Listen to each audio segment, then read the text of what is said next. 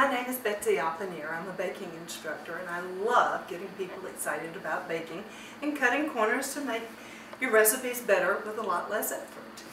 Bread is one of my favorite things to make, and I love to teach people how to properly knead or to make their breads in a bread machine. But the kneading process, even if you use a machine, is best done to learn by hand. What you need to do is turn your dough out on a lightly floured work surface. You will actually fold the dough in half, push, pull, push, pull. When it gets long, give it a quarter of a turn.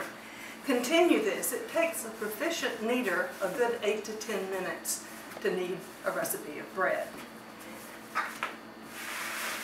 This will also be a sticky dough.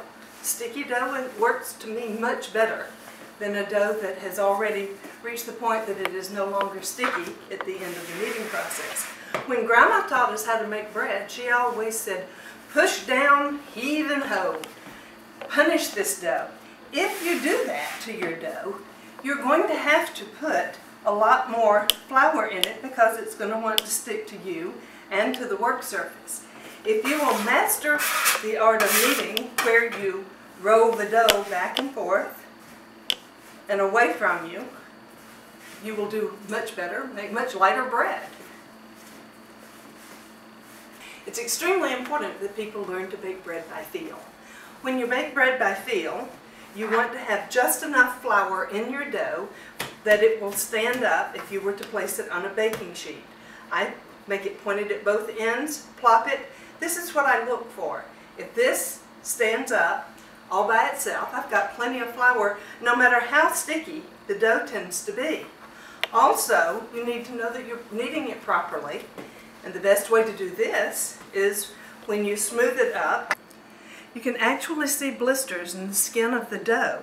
These blisters look just like if you had splattered bacon grease on your arm or your hand and you got blisters. These are just little blisters. They form all over the top of your dough. This shows you've kneaded it properly, because when you knead your bread properly, you have a series of blisters throughout the dough that fill with the gases from the yeast that give it the texture. After you've completed your kneading process, you'll put your dough in a bowl, cover it with a tightly woven towel. Terry cloth is not good because too much air flows. Let the dough rise until it has doubled in size. Then you would shape your dough. Let it rise one more time until it's almost but not quite doubled in size before you bake it. If you will let this sit for 15 minutes, it completes the cooking process, and these little gumballs will go away so that when you slice this, you have the perfect slice and a beautiful loaf of bread. Enjoy!